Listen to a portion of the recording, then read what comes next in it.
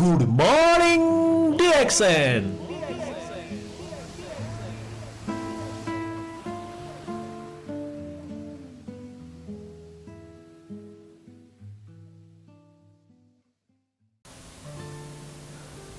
नमस्कार, good morning DXN TV फुल मस्तीको विशेष प्रस्तुति गुड मर्निङ DXN मा तपाईँ सम्पूर्णलाई हार्दिक स्वागत छ। म प्रस्तुता सञ्जीवको तर्फबाट आज पनि गुड मर्निङ DXN को अर्को नवीनतम अङ्कको साथमा उपस्थित भएका छौँ।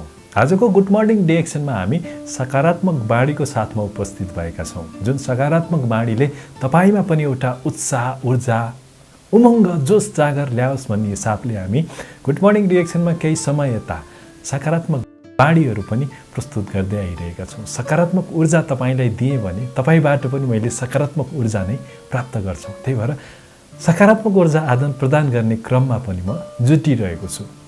आज पनि एउटा विशेष प्रस्तुतिको साथमा उपस्थित भएको छु। त्यसको जानकारी दिनु पूर्व तपाईँ सम्पूर्णलाई धेरै धेरै धन्यवाद। हाम्रो अभियानमा तपाईँ दिन प्रतिदिन जोडिँदै जानुभएको छ। 10,000 परिवार बनाउने हाम्रो जुन अभियान छ, त्यो अभियान अन्तर्गत 8,000 सब्सक्राइब पुगिसक्नु भएको छ। अब जम्मा 2,000 सब्सक्राइब हुनासाथ हामी 10,000 को परिवार पुग्छौँ। वाउ, 10,000 हेर्नुहोस् न, भन्दा पनि कस्तो रमाइलो छ नि है। हामी दिन प्रतिदिन बढ्दै गइरहेका छौँ। हाम्रो परिवारको सदस्यता बढ्दै जानुभएको छ। हाम्रो परिवार बढ्दै दिन प्रतिदिन ठुलो हुँदै गइरहेको छ। यो ठुलो हुँदै गर्दाखेरि एउटा जिम्मेवारी बोध पनि हुँदो रहेछ है। र तपाईको त्यही ऊर्जा, सकारात्मक ऊर्जा, तपाईको माया, सुझाव, प्रतिक्रिया, कमेन्ट पनि हामीलाई प्राप्त भइरहेको छ। त्यसको लागि तपाईलाई धेरै धेरै धन्यवाद। हामी दिन प्रतिदिन तपाईको त्यही कमेन्ट, सुझाव, प्रतिक्रिया अनुसार आफूलाई परिमार्जन गर्दै पनि लानेछौँ। हाम्रो यो बाचा पनि रह्यो है।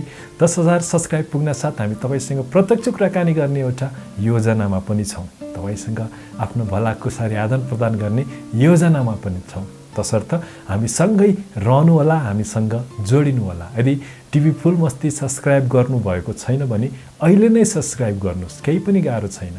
युट्युबमा यसै भिडियोको तल सब्सक्राइब बटन, रातो बटन देख्नुहुन्छ, त्यहाँ क्लिक गर्नुहोस्। छेउमा घन्टी आकारको एउटा बक्स देख्नुहुन्छ, त्यहाँ पनि क्लिक गर्नुहोस्। तपाईलाई नोटिफिकेसन प्राप्त हुन्छ है। टिभी फुल मस्तीबाट DXN के यस्तो हाल्यो है भनेर तपाईलाई मेसेज आउने गर्छ र धेरै कुरा तपाईले सिक्ने मौका पाउनुहुन्छ भन्ने मैले आशा पनि गरेको छु। हाम्रो भिडियो हेरिरहँदा तपाईलाई तपाईको मनमा केही उत्सुकता, जिज्ञासा आयो भने तपाईलाई हामीलाई युट्युबमा यसै भिडियोको तल कमेन्ट पनि गर्नुहोला। तपाईको त्यो उत्सुकता, जिज्ञासालाई हामी मेटाउने प्रयास पनि गर्नेछौँ। आजको सकारात्मक बाणी अन्तर्गत आज हामी कुराकानी गर्न गइरहेको छौँ, कर्तव्यबाट नभागौँ। हामी धेरैजना छौँ के आफ्नो काम अरूलाई दिने हैन, विभिन्न कारणले गर्दा आफ्नो काम चाहिँ अरूलाई दिएर आफै आफ्नो कर्तव्य, उत्तरदायित्वबाट हामी पन्छिन खोज्छौँ कि हामी भाग्न खोज्छौँ। त्यसैले आज हाम्रो टपिक रहेको छ कर्तव्यबाट नभागौँ।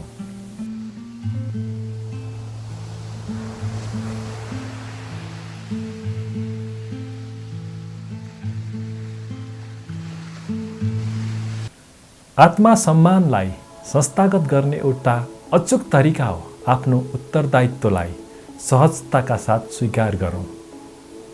समय सीमाभित्र तोकिएका उत्तरदायित्व वहन गर्ने स्वभावले सफल जीवनयापन गर्न सजिलो बनाउने गर्दछ। व्यक्ति आफैले नै वहन गर्नुपर्ने दायित्वलाई पन्छ्याउन खोज्दछन् भने समय कालखण्डले भने उक्त कार्य उसैबाट नै गराइ छोड्दछ।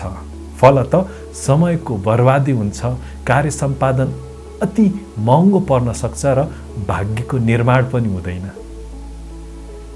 हामी आफ्नो जति पनि कर्तव्य, हाम्रो दायित्वहरू छ नि, हामी पन्छ्याएर भाग्न खोज्छौँ कि जति हामी त्यो दायित्व अरूलाई बाँडेर हामी पन्छिन खोज्छौँ नि, पछि फेरि त्यो घुमिफिरी त्यही काम तपाईँ आफैले गर्नुपर्छ। यही सिलसिलामा म एउटा प्रसङ्ग, एउटा कथा जोड्न गइरहेको छु।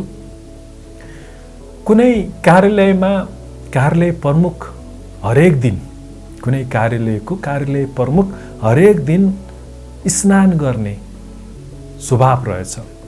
नुहाउने गरे हैन सधैँ नुहाउने उहाँको चाहिँ एउटा स्वभाव रहेछ एउटा कार्यालय प्रमुखको महानुभाव एकजना प्रमुख जो हुनुहुन्छ उहाँलाई चाहिँ दिन बिहानै नुहाउनु पर्ने एउटा स्वभाव रहेछ नुहाउने गरेको धारोको टुटी बिग्रिएको रहेछ पानी खेर गइरहेको देखेर टुटी फेरिदिने निर्णय गरेछन् ती कार्यालय प्रमुखले कार्यालयबाट फर्किँदै गर्दा बजारमा कतै किन्नु पर्ला भन्ने सोच राखे तर सूक्ष्म अभिमानवश कार्यालय प्रमुख जस्तो ओहदामा बसेको मानिस कार्यालयकै ड्रेसमा यति थोरै मूल्य पर्ने टुटी किन्न जाँदा व्यापारीलाई पनि अप्ठ्यारो आफूलाई पनि असहजता हुने भएकोले यो काम चाहिँ उनले आफ्नो छोरालाई सुम्पने निर्णय गरेछन् अब म जस्तो हैन यत्रो कार्यालयमा ठुलो मान्छे म यही ड्रेसमा गएँ भने त मान्छेले के सोच्नु भयो म जान्न म छोरालाई दिन्छु भनेर त्यो सोचाइ राखेर उहाँले त्यो आफ्नो दायित्व आफ्नो छोरालाई दिनुभएछ छोरालाई रकम दिँदै किनेर तुरन्त जडान गर्ने चाहिँ उहाँले आफ्नो छोरालाई निर्देशन दिनुभएछ है ल धारो किनेर ल्याएर जोड है भनेर पैसा दिनुभएछ छोराले पनि कुनै कारणवश कहीँ कतै बाहिर जानुपर्ने भएकोले त्यो रकम आमालाई दिएछ ल आमा यो धाराको टुटी बिग्रियो अरे ल्याएर उ गर्नुहोस् है फेरिदिनुहोस् है भनेर छोराले त्यो काम फेरि आमालाई सुम्पिएछन् आमाले उक्त सामानको बारेमा अनभिज्ञ त्यति धेरै जानकारी नभएको कारणले 5 दिनपछि सो रकम पुनः हैन सो रकम चाहिँ छोरीलाई दिँदै तुरन्त जडान गर्ने आदेश छोरीलाई चाहिँ ल छोरी त्यो धाराको टुट्टी बिग्रेछ ल्याएर फेर है भनेर आमाले पनि छोरीलाई जिम्मेवारी दिनुभएछ छोरीको पनि आफ्नै व्यस्तताका कारणले गर्दा हप्ता दिनपछि एकाएक आमाको त्यो सुन्दर आदेशलाई स्मरण गर्दै छोरीले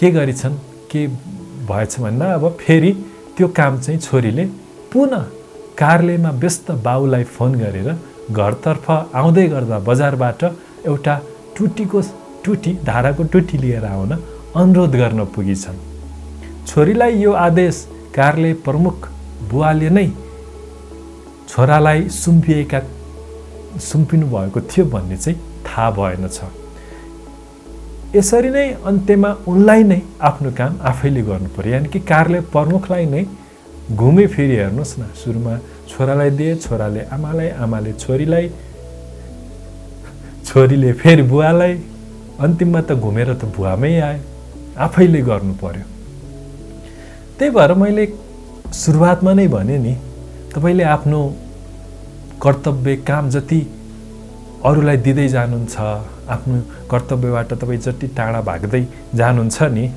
त्यो घुमी फेरि तपाईमा नै आइपुग्छ के एउटा भनाइ छ नि नेपालीहरुको हैन काम साँचे अर्कालाई खाना साँचे काम साँचे आफूलाई खाना साँचे अर्कालाई काम साँचेर राख्नुभयो भने त्यो काम तपाई आफैले गर्नुहुन्छ तर खाना पनि साँचेर राख्नुभयो भने टक्लक्क कोही आइ टुप्लुक्क कोही आइपुग्छन् र तपाईको त्यो खाना खाइदिन्छन् त्यही भएर काम साँचे आफूलाई खाना साँचे अर्कालाई यो घटनाक्रमलाई बाट चाहिँ हामी के प्रष्ट हुन्छौं भने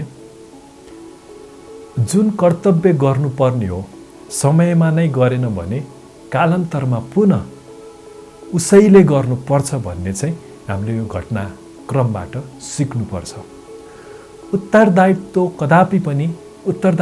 कदापि पनि भाग्न सकिँदैन यसरी भाग्न खोज्नेको आत्मसम्मान उच्च हुन सक्दैन भाग्ने स्वभावको विकास भइसकेपछि तपाई विश्वको कुनै पनि कुनामा जानुस् त्यो भाग्ने बानीलाई छोड्न सक्नुहुन्न तपाई हरेक कामबाट भाग्न थाल्नुहुन्छ त्यो जिम्मेवारीबाट भाग्नुहुन्छ यो जिम्मेवारीबाट भाग्नुहुन्छ जब तपाईले त्यो बानी पर्छ नि तपाई उम्किन खोज्नुहुन्छ पन्छिन खोज्नुहुन्छ टाढिन खोज्नुहुन्छ त्यो कामबाट तसर्थ आफ्नो कर्तव्य कामबाट भाग्ने हैन त्यो कामलाई जति सक्दो चाँडो नै सक्ने प्रयत्न गर्नुस् ताकि घुमी फिरी अघि जसरी बुवाले कार्यालय प्रमुखले आफ्नो परिवारलाई काम घुमाइ आफैले गर्नु पर्यो, त्यस्तै स्थिति पैदा हुन सक्छ।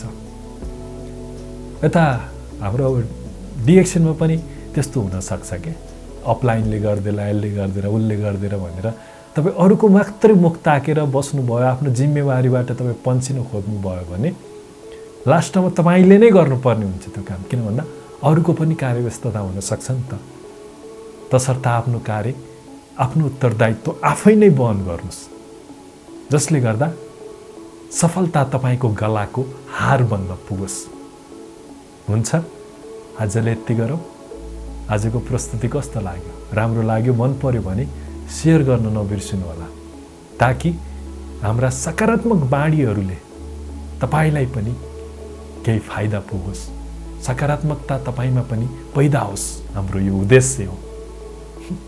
आजको यो प्रस्तुतिबाट अब बिदा माग्नुपर्छ। यतिन्जेलसम्म हामीलाई हेरेर साथ दिनुभयो, त्यसको लागि तपाईँलाई धेरै धेरै धन्यवाद। र हाम्रो कार्यक्रमलाई अझै पनि केही परिमार्जन चाहनुहुन्छ भने तपाईँले हामीलाई कमेन्ट गर्नुहोस्। तपाईँकै सुझाव सल्लाह अनुसार नै हामी परिमार्जित हुँदै जान्छौँ। यो भन्दै आजको गुड मर्निङ डिएक्सनको यो विशेष अङ्कबाट, सकारात्मक बाणीबाट म सञ्जीव छुटिन चाहन्छु। तपाईँको बाँकी पल सुखद रहोस्। नमस्कार। Good morning DXN. Good morning DXN.